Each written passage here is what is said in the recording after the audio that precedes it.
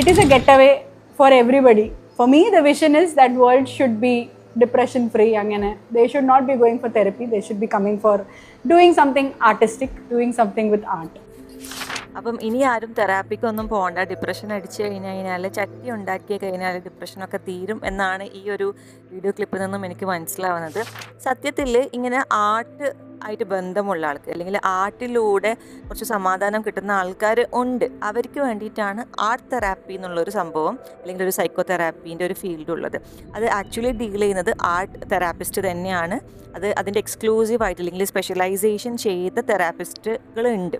അപ്പം നിങ്ങൾക്ക് ആർട്ടിലൂടെ feelings express ചെയ്യാനും ഒക്കെ പറ്റും. അപ്പം അതിൻ്റെ ഒരു ഗൈഡൻസ് ഉള്ളൊരു എക്സ്പേർട്ടായിട്ട് ചെയ്യുന്നതായിരിക്കും കുറച്ചും കൂടി ബെറ്റർ. പക്ഷേങ്കിലും എല്ലാവർക്കും ഡിപ്രഷൻ വന്നു കഴിഞ്ഞാൽ ഇതുപോലെ പോട്രിയോ അല്ലെങ്കിൽ ചട്ടി ഉണ്ടാക്കി കഴിഞ്ഞാലോ ഡിപ്രഷൻ പോകണമെന്നില്ല. അതിൻ്റെതായ ഒരു മെത്തേഡ് ഉണ്ട്.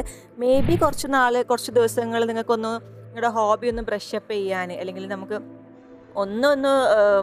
എന്താ പറയാൻ ഓക്കെ ആവാൻ വേണ്ടിയിട്ട് കുറച്ച് സമയത്തേക്കൊന്ന് മൈൻഡ് ഒന്ന് ഫ്രീ ആവാൻ വേണ്ടിയിട്ട് നമുക്ക് ഇതുപോലത്തെ പരിപാടികൾ ചെയ്യാം. അതല്ലാതെ ഒരു ക്ലിനിക്കൽ ഡിപ്രഷൻ ഉള്ള ആൾക്ക് ഒരിക്കലും ഇതുപോലത്തെ ഒരു സംഗതി ചെയ്തത് കൊണ്ട് മാത്രം ഡിപ്രഷൻ മാറണം എന്നില്ല.